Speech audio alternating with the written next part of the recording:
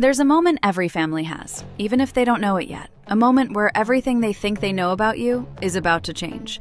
Mine happened on a Tuesday, at a kitchen table, over a cup of coffee that went cold because nobody remembered to drink it. I'm going to tell you what happened that day. But first, I have to take you back further, because the conversation didn't start at that table. It started years earlier, in silence. Hey, I'm Bach, and before we go any further, I want to tell you why I'm sharing this. Not for views, not for sympathy. I'm sharing it because somewhere out there, someone is carrying the exact same secret I carried for years. And they need to know it's survivable, that the fear is louder than the truth ever will. So let's go back to the beginning. I found out, really understood, that I'm intersex when I was a teenager. If that word is new to you, it means being born with sex characteristics that don't fit typical definitions of male or female. Not a disorder, not a mistake. Just a natural variation that shows up in bodies more often than most people realize. I understood what it meant for me. What I didn't understand was what it would mean for them, my family. So I did what a lot of people do with something that scares them. I buried it.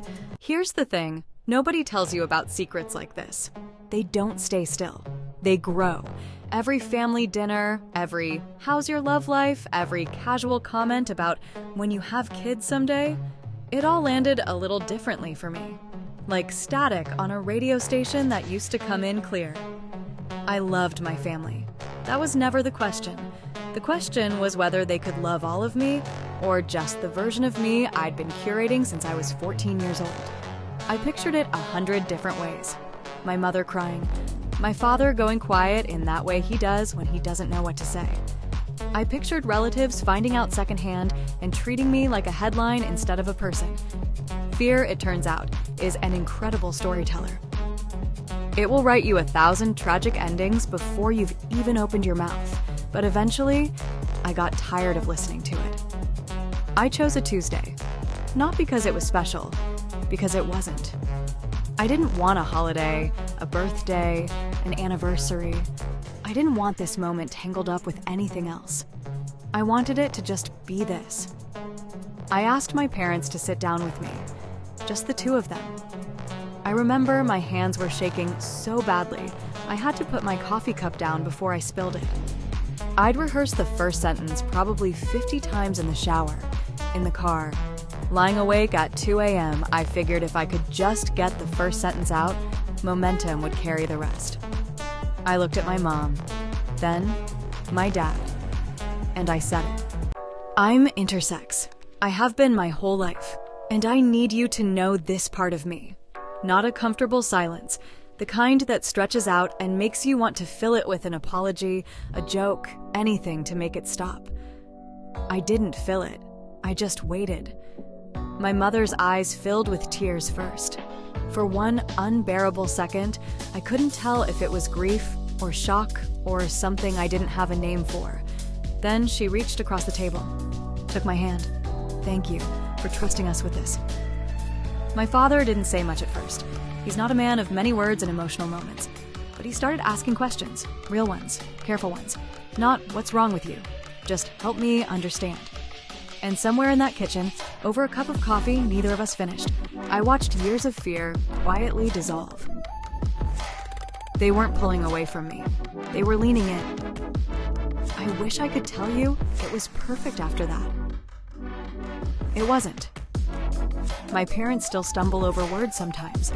They still ask questions I have to sit with before I can answer. But something fundamental shifted at that table. I stopped being half known by the people who loved me most. And that changes everything.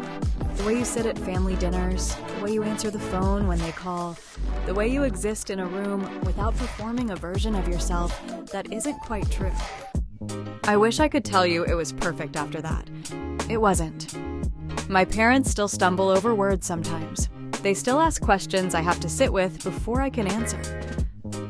But something fundamental shifted at that table.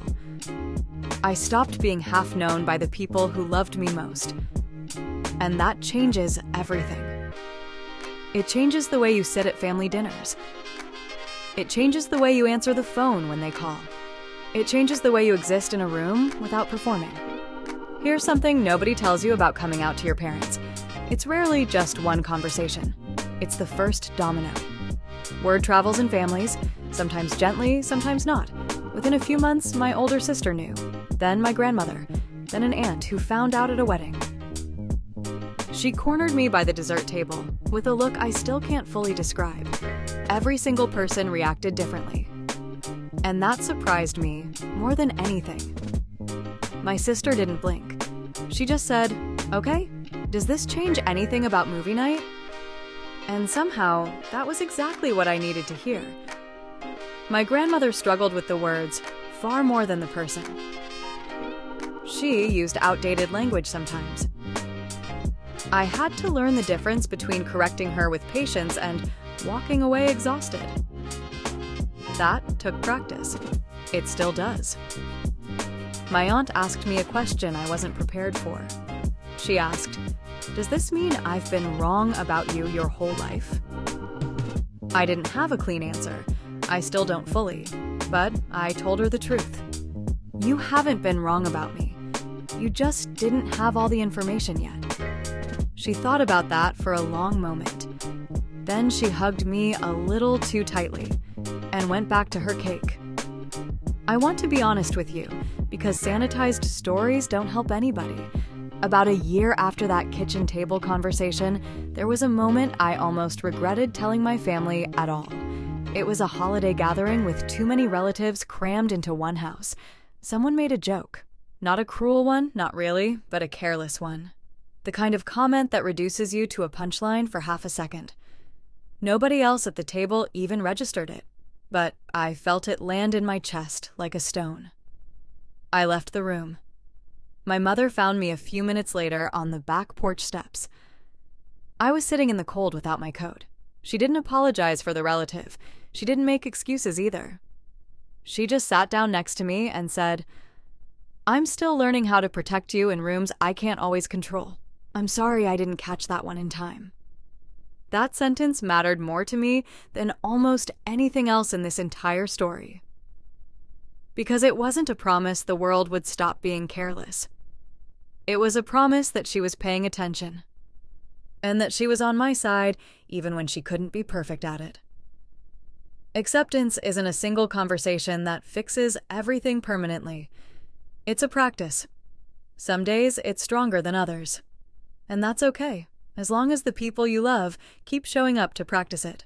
These days, my family and I have a kind of shorthand about all of this. My sister still makes jokes, but they're the good kind now. The kind that say, "I see you and this doesn't scare me," instead of the kind that wound. My grandmother still occasionally uses the wrong word, and I still occasionally have to breathe through it. But she also, unprompted, brought me an article last year that she'd clipped out of a magazine about intersex advocacy, just to show me she was paying attention. That mattered more than she probably realizes. My parents and I still sit at that same kitchen table sometimes. The coffee doesn't go cold as often anymore. I used to think the goal was some finish line called full acceptance, some perfect moment where the fear disappears completely and never comes back. I don't think that's actually how it works. I think the goal is smaller and, honestly, more achievable.